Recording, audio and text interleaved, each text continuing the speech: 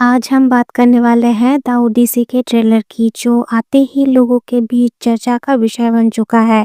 ये ट्रेलर सिर्फ एक फिल्म का प्रमोशन नहीं है, बल्कि एक एपिक जर्नी की झलक देता है। सबसे पहले अगर ट्रेलर की शुरुआत की बात करें तो हमें एक विशाल समंदर और अंधेरे माहौल में एक अकेला योद्धा दिखाया जाता है। यहाँ से ही डायरेक्टर हमें ये समझाता है कि कहानी एक ऐसे इंसान की है जो अपने घर लौटने की कोशिश में अनगिनत मुश्किलों का सामना करेगा। अब बात करते हैं स्टोरी हिंट की। ट्रेलर से साफ लगता है कि ये फिल्म सिर्फ एक सफ़र नहीं, बल्कि संघर्ष, धैर्य और डेस्टिनी की कहानी है। बीच-बीच में दिखाए गए खतरनाक जीव, तूफान और रहस्यमय द्वीप इस बात का संकेत देते हैं कि हीरो को हर कदम पर परीक्षा देनी पड़ेगी।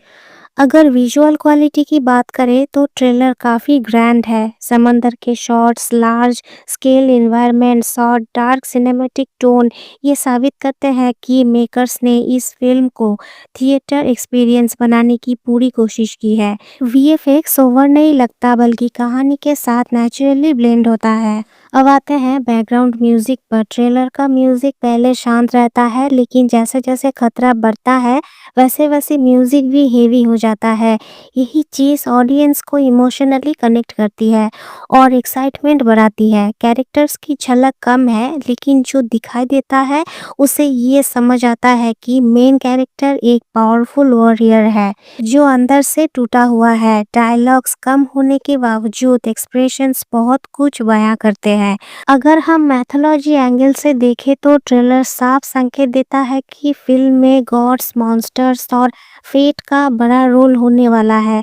ये मूवी प्योर एक्शन से ज़्यादा एपिक स्टोरी टेलिंग पर फोकस करती नजर आती है। ओवरऑल द ओडिसी का ट्रेलर उन लोगों के लिए है जो slow burn epic films, mythology और एडवेंचर पसंद करते हैं। अगर आपने द ओडिसी का ट्रेलर ध्यान से देखा होगा तो आपको समझ आ गया होगा कि ये कोई नॉर्मल एडवेंचर फिल्म नहीं है। ये एक ऐसी कहानी की झलक देता है जहां इंसान अपनी किस्मत, देवताओं और खुद की कमजोरियों से लड़ता है। ट्रेलर की शुरुआत में जो अंधेरा समंदर और तेज लहरें दिखाई जाती है वो सिर्फ विजुअल नहीं है, बल्कि हीरो की मेंटल स्टेट को रिप्रेजेंट करती है।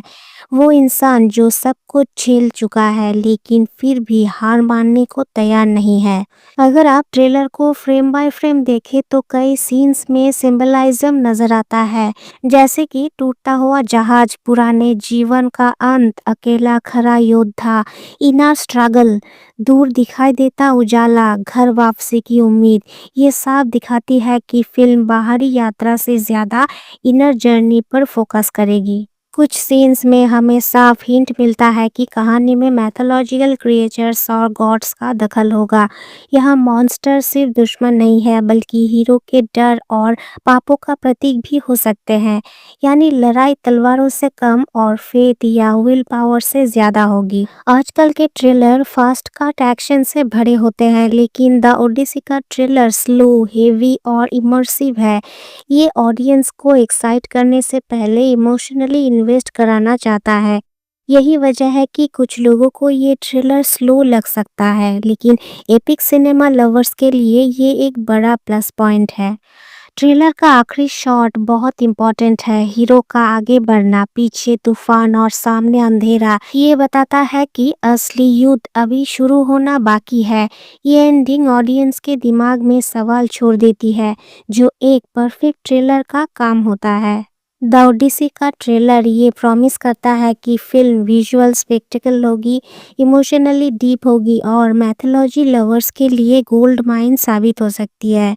अगर एग्जीक्यूशन सही रहा तो ये सिर्फ एक फिल्म नहीं, बल्कि एक सिनेमैटिक एक्सपीरियंस बन सकती है।